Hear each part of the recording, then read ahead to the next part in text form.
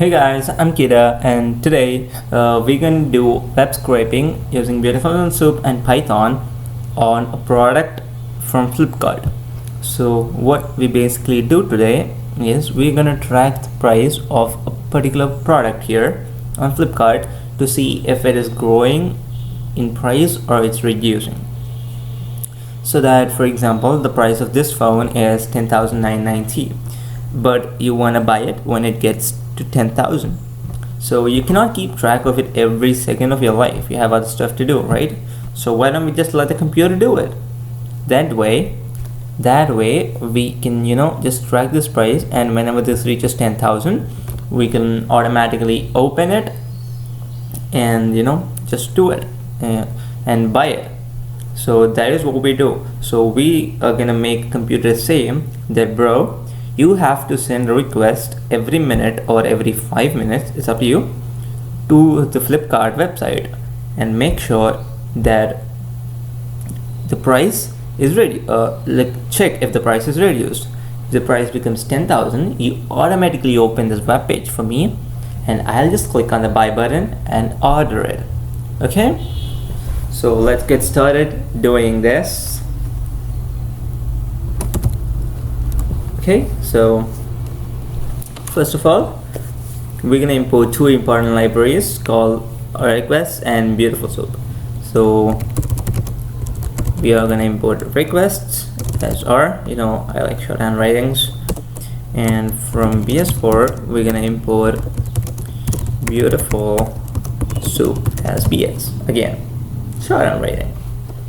So first of all, we need the URL of the web page, which is this. And now we need the request library to send a request to this URL saying that, bro, I'm opening your web page, give me a content.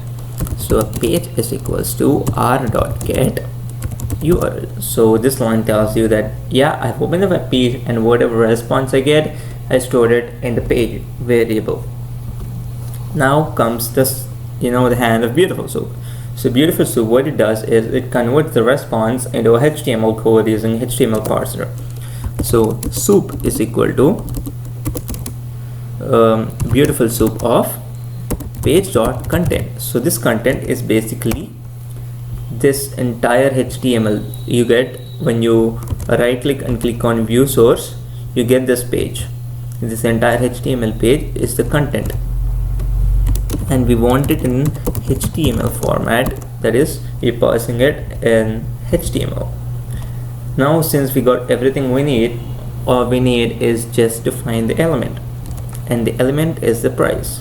So just right click and click on inspect element, and you can see the price has a specific class, and I'm gonna copy that class. Okay, so we are storing it in the variable called as price. So soup.find, and this class is in an element called div. So in div, find the class this, and I want the text of the class. The text of the class is this 10,990 rupees, and let's just print it and see. Oh, what's up? Print mistake. Okay, now if I run it, you will see that we exactly get the price as we wanted it, right? Now we want the system to run it for every 10 seconds, let's say. So whenever you are doing anything related to time, you have to import the library called time. Okay, so we're gonna do it in a loop.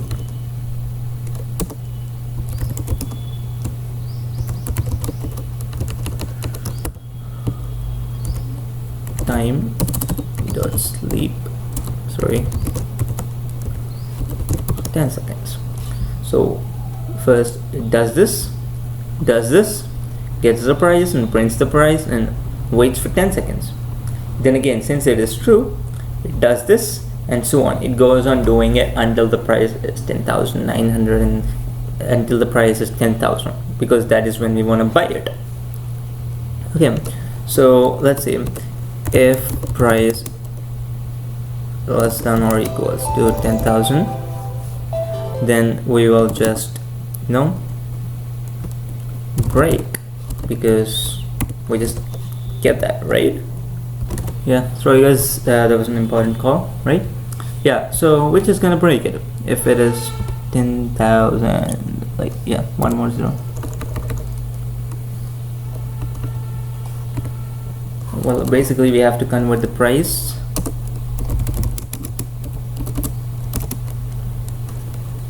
First of all, we have this additional thing called comma here, so we're gonna split the comma. Price is, since the price is a string now,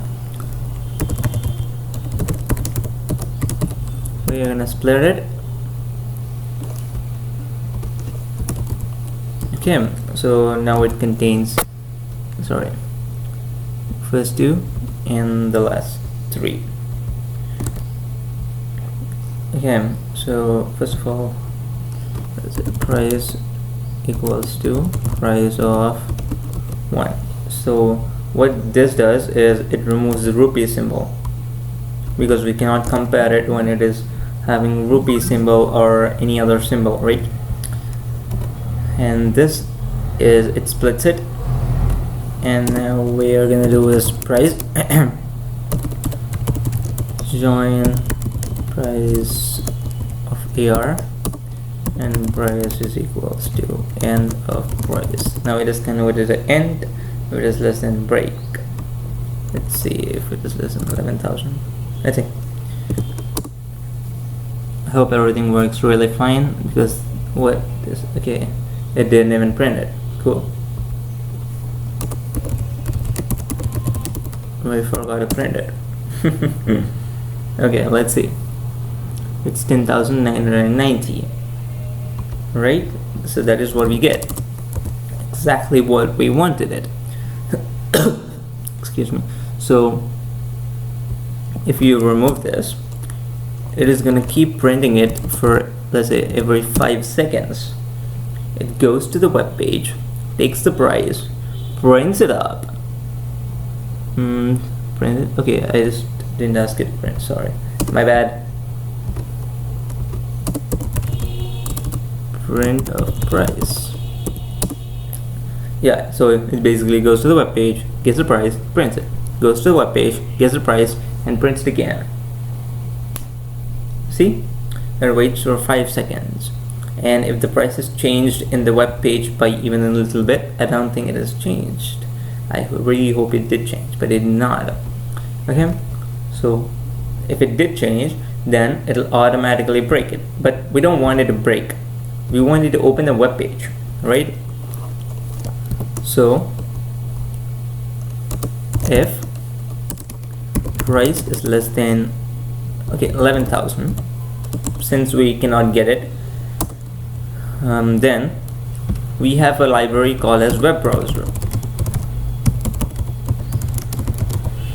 What this does is it opens a web page. So w.open URL. Now if you see it, you see how it works. It'll automatically open the web page. All you have to do is click the buy button. See? And yeah, break here. So this way you can track the prices of a product, and if it is up to whatever price that you wanted it to get, which is here, you can open it and break it. And how does this actually work? I'll tell you. If I just remove this, and if I just assume that I'm opening a laptop brand new, and I have some work, but I want to track the price of it.